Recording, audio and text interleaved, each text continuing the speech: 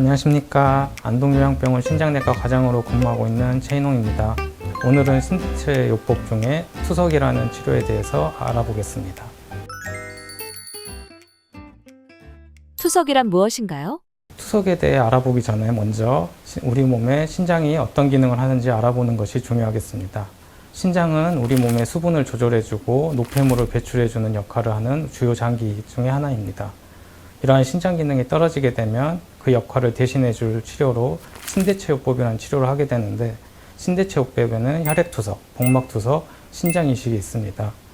여기서 혈액투석과 복막투석을 아울러 투석치료라고 합니다. 혈액투석과 복막투석을 설명해 주세요. 혈액투석 같은 경우에는 팔과 같은 곳에 혈관 통로를 만들어 투석기기에 연결하여 직접적으로 혈액을 통과시켜 노폐물을 제거하는 투석 방법입니다.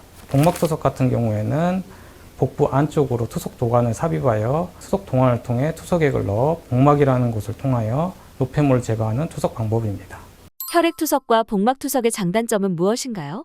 혈액투석 같은 경우 병원에 직접 방문하여 전문 의료진들에 의해 투석을 받기 때문에 비교적 보다 안전하다는 장점이 있고, 그에 반면 병원을 적어도 주에 2번에서 3번은 와야 되기 때문에 일상생활에 지장이 생길 수 있으며 체중 증가나 노폐물이 쌓이는 것을 막기 위해서 철저한 식단 관리가 필요합니다.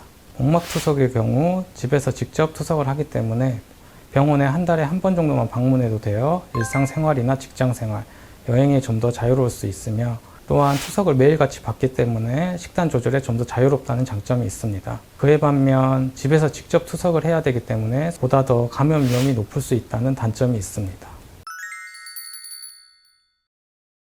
건강검진으로 신부전인지 알 수 있나요? 건강검진에서는 기본적으로 크레아틴이라는 혈액검사 수치를 측정하고 있어 이 크레아틴을 이용하여 사구체 여과율을 평가할 수 있습니다. 또한 소변검사를 통해 단백뇨 유무를 확인할 수 있기 때문에 이러한 검사들을 통해 신부전 여부를 선별적으로 확인해 볼 수 있습니다.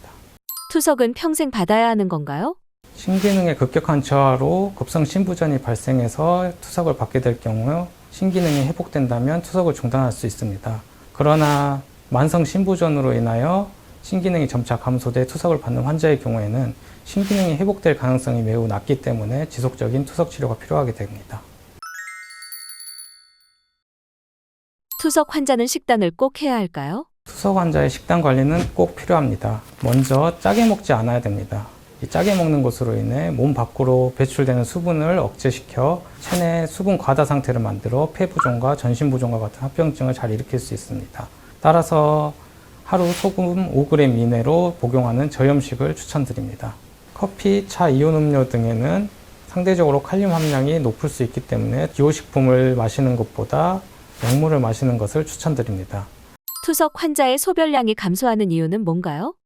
시간이 지날수록 만성 신부전이 진행하면서 신장 기능이 떨어져 소변량이 감소하는 경우도 하나의 원인이 될 수 있겠으며, 투석 자체로도 수분을 제거하기 때문에 소변량이 감소하게 됩니다.